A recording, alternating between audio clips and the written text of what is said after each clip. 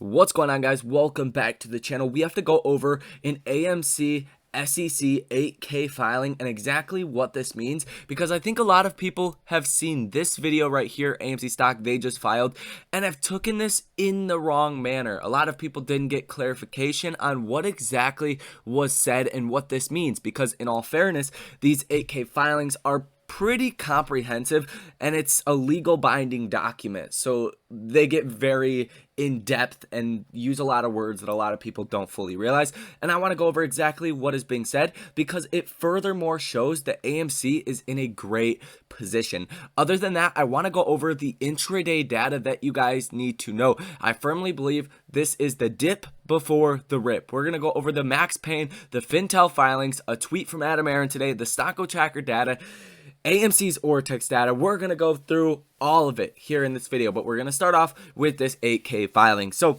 hit the like button for me, consider subscribing to the channel. Let me know what you guys think about this down below in the comment section of this video. All right, so let's first off go over this 8K filing with the SEC for AMC. And it says, on December 20th, 2021, AMC Entertainment Holdings, the company, entered into an amendment, the 11th amendment to its credit agreement dated as of April 30th, 2013.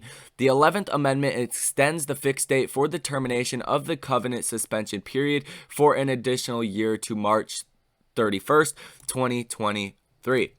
During the covenant suspension period, the company will not permit any of its restricted subsidiaries to make certain restricted payments, subject to certain exemptions, incur any indebtedness for borrow money that is pari passu or senior in right of payment or securities with the revolving loans as defined in the credit agreement, or make any investment in or otherwise dispose of any assets to any subsidiary of the company that is not a loan party as defined in the credit agreement to facilitate a new financing incurred by a subsidiary of the company.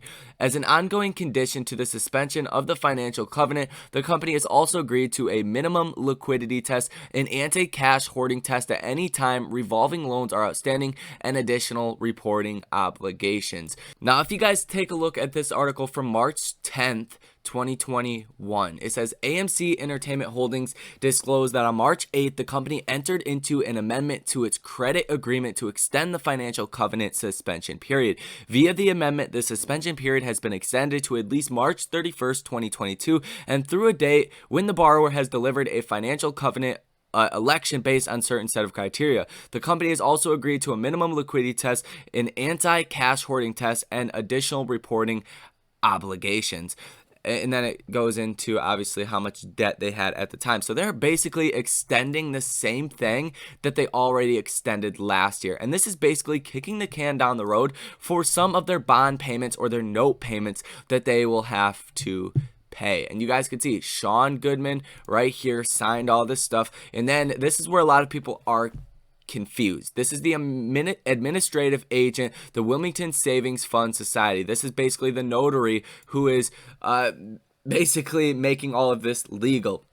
You have Citibank, Barclays Bank, Credit Suisse, Goldman Sachs that have all signed this. So they're basically kicking the can down the road, like I said, just one more year. So in all reality, nothing changes, just less note payments that they will have to pay out.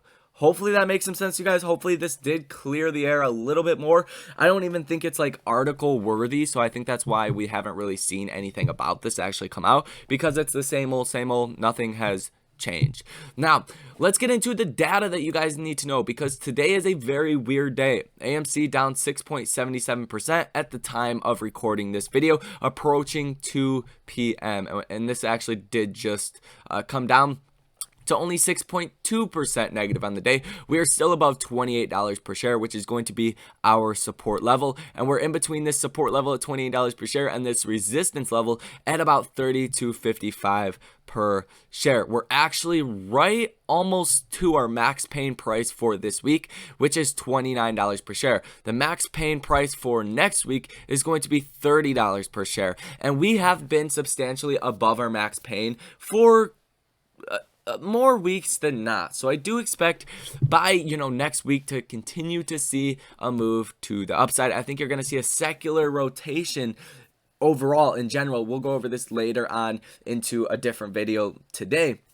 but from these big cap stocks into these mid cap stocks like AMC, but specifically the stocks that are in the recovery sector like AMC. They're obviously in that recovery sector of the pandemic. This could very well be the end of the pandemic here in the next couple of months. It could just be one of those things you get and it's like a cold or a flu. Fingers crossed, right? And that's going to be very good for AMC. You're going to see funds start to position for that, but ahead of when that actually does happen. But we'll talk about that more, like I said, in another video. As far as the technicals are concerned, the MACD is still incredibly bullish, and we have not been bullish since the end of November. Like I said, November 22nd was the last day that we were bullish. And even after today, we're still incredibly bullish. And this is basically taking into account the velocity of the moves, the volume that we are seeing, so on and so forth. So even though we're down 6%, it doesn't change the trajectory of this upward movement. If you guys just draw a simple trend line as well, I'm sure you guys have done this in your technical analysis. Very easy to see the trend line that is here, right? It's no secret. We're still incredibly bullish, and there's ultimately nothing to worry about.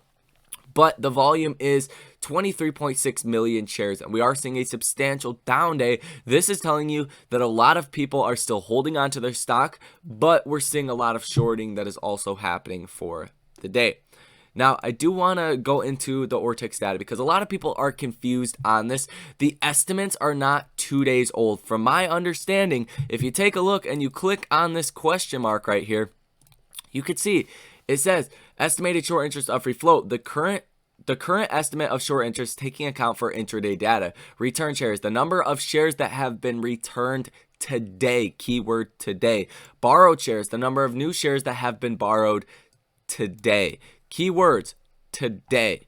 Now, if this is true, return shares 2.61 million.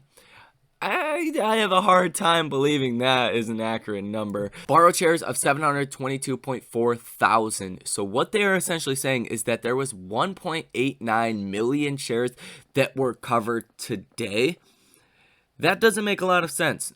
23 million shares that were traded hands. If 10%, almost 10% of that volume was shorts covering, then I think you would see not a down 6% day. So it doesn't make a lot of sense, and I want to be very clear here. The Ortex estimates are what I take with a big grain of salt. The exchange reported short interest data, even though the hedge funds can still make it look like they've covered on their short positions, this data goes out to everyone. So it's just a better picture of where the short interest is. We still know it's highly manipulated either way. So it's really hard to know. This is like your baseline, your bear case, your worst case scenario as far as how low the short interest is, and that's the exchange reported short interest data. Ortex estimates are only estimates, and we have seen them very wrong in the past. Now, share utilization is 79.24%, days to cover of 2.35, still very high relative to where we have been over the past, 6 months or so, and I do expect them to stay high for a very long time as well until we do ultimately see a lot of volume come into the stock and you see the stock price go up a lot.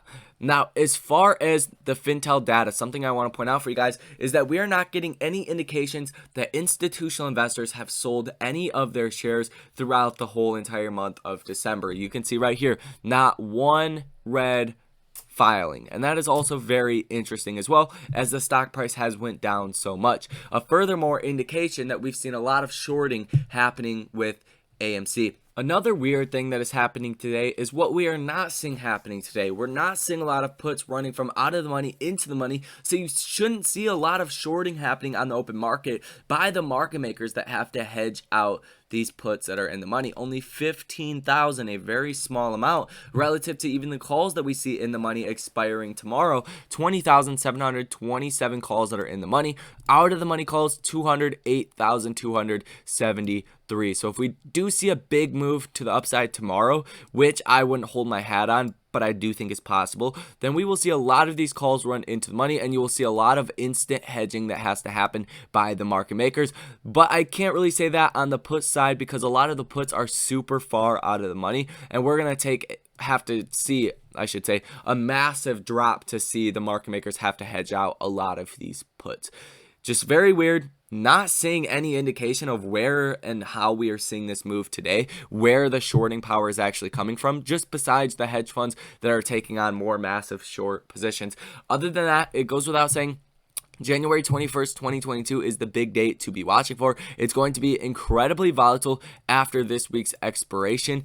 We only have about 4 weeks left until we get to January 21st, 2022. And I think that's ultimately when we will see another big short squeeze, is in the month of January, probably mid-January, heading into the last week of January. But we'll go over this more later on when we talk about this is the rip before the dip in another video that we're going to be making later on after this one and towards the end of the day today. Now, other than that, last thing we do need to go over is an Aron tweet that came out 6 hours ago. It says, in contrast to 2020 and 2021, Spider-Man continues to drive robust attendance. The domestic industry box office, US and Canada totals, was 40.9 million on December 20th. Before Spider-Man, it was only 3.5 million on Monday, December 13th, and 4 million on Monday, December 6th. So he's basically saying, this is driving a lot of growth, a lot of business into AMC. And today we do have the Matrix movie that comes out that should get some really big numbers as well. And we should be getting those reported to us tomorrow, at least the first day numbers. So that should be good. Something I'm looking forward to as far as, you know, what is expected to come out. Anything could come out. They could be low. They could be really high. Going to be very exciting to see how people do take that, and if they do rush to theaters to see Matrix again, furthermore crushing the short thesis on AMC stock. So if you guys got value out of this video, hit the like button for me, consider subscribing to the channel, make sure to share this video with everybody that is confused about this whole 8K SEC filing from AMC today. Love and appreciate you guys. Thank you for watching this video. I will see you in the next one.